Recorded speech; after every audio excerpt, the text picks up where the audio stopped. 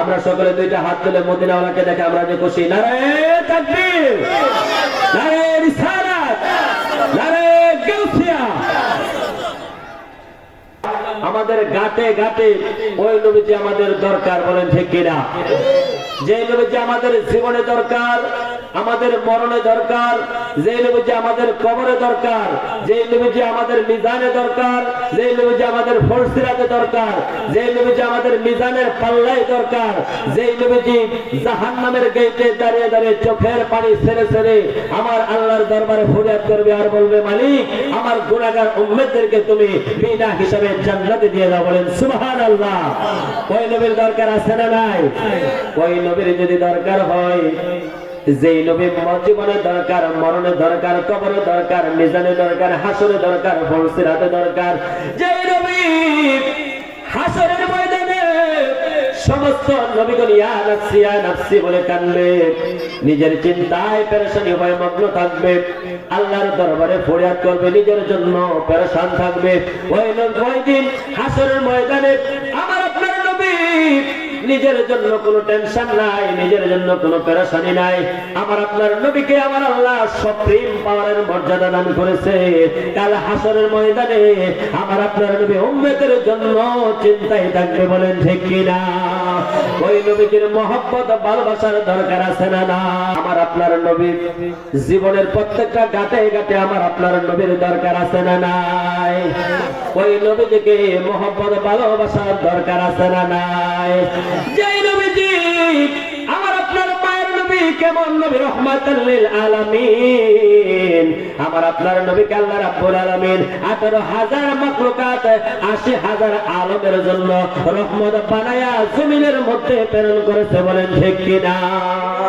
যেই নবীর ভালোবাসা যেই মুমিনের হৃদয়ের মধ্যে না থাকবে, যার অন্তরের মধ্যে আমার নবীর প্রেম ভালোবাসা না থাকবে, ওই ব্যক্তিটা কোনোদিন পরিপূর্ণ ঈমানদার মুসলমান হতে পারে না, বলেন ঠিক কিনা? ওই নবীকে আমরা জানের চাইতেও আরো বেশি ভালোবাসতে হবে, বলেন ঠিক কিনা? একজন প্রেমিক আসিল গো সোনার মদিনায়, একজন প্রেমিক আসিল গো সোনার মদিনায়, আরে যার প্রেমেতে আশিকি রূপে শাহী রব্বানা, একজন প্রেমিক আসিল গো সোনার মদিনায়, বলেন আল্লাহু আকবার। আমার আপনার নবী কেমন নবী, রহমাতাল লিল আলামিন। যেই নবীজি রাস্তা দিয়া হাইটা গেলেন, ওই রাস্তা দিয়া মেশক আম্বরের ঘ্রাণ বাহির হইতো, বলেন আল্লাহু আকবার। চারজন মাযহাবের মধ্যে তিনি একজন মাযহাবের ইমাম, তার নাম হচ্ছে হযরতে ইমাম মালিক রাহমাতুল্লাহি আলাইহি। ইমাম মালিক রাহমাতুল্লাহি আলাইহি তিনি যখন রাস্তা দিয়ে হাইটা যাইতেন, তার পিছনে অসংখ্য মুরিদান তার পিছনে পিছনে যাইতো। ইমাম মালিক রাহমাতুল্লাহি আলাইহি রাস্তা দিয়ে হাইটা যাওয়ার সময় ইমাম মালিক রাস্তার পাশে একটা গাছ আছে, ওই গাছের মধ্যে যাইয়া ইমাম মালিক চুমা খাইতেছে। আবার সামনে একটা পাথর দেখছে, ওই পাথরের মধ্যে যাইয়া ইমাম মালিক চুমা দিতেছে। ভক্তবৃন্দরা তার মুরিদেরা পিছন পিছন দিক দিয়া সমালোচনা করতেছেন, আমাদের হুজুর রাস্তার পাশে গাছ পাইছে, গাছের মধ্যে চুমা খায়, সামনে একটা পাথর, ওই পাথরের মধ্যে চুমা খায়। কি কারণ? আমাদের হুজুরের কি হয়ে গেল? কেন এইরকম অবস্থা করতেছে? ভক্তবৃন্দরা ইমাম মালিক রাহমাতুল্লাহি আলাইহি ডাক দিয়ে বলে, ও আমাদের হুজুর, আপনি গাছের মধ্যে কেন চুমা খাইলেন, পাথরের মধ্যে কেন চুমা খাইলেন? মানুষ তো সমালোচনা করে ইমাম মালিক গাছের মধ্যে চুমা খায়, পাথরের মধ্যে চুমা খায়, মানুষ তো সমালোচনা করতেছে গো হুজুর, কেন আপনি এই রকম কাজ করেন? আপনি আমাদেরকে একটু বলে দেন, বলেন আল্লাহু আকবার। ইমাম মালিক ডাক দিয়ে বলে, ও আমার সঙ্গী সাথীরা, আমি যখন রাস্তা দিয়ে হাইটা যাই, আমি যে গাছটার মধ্যে চুমা খেয়েছি, আর একটু সামনে অগ্রসর হইয়া আমি ইমাম মালিক পাথরের মধ্যে চুমা খাইছি। কেন খেয়েছি তোমরা জানো নি?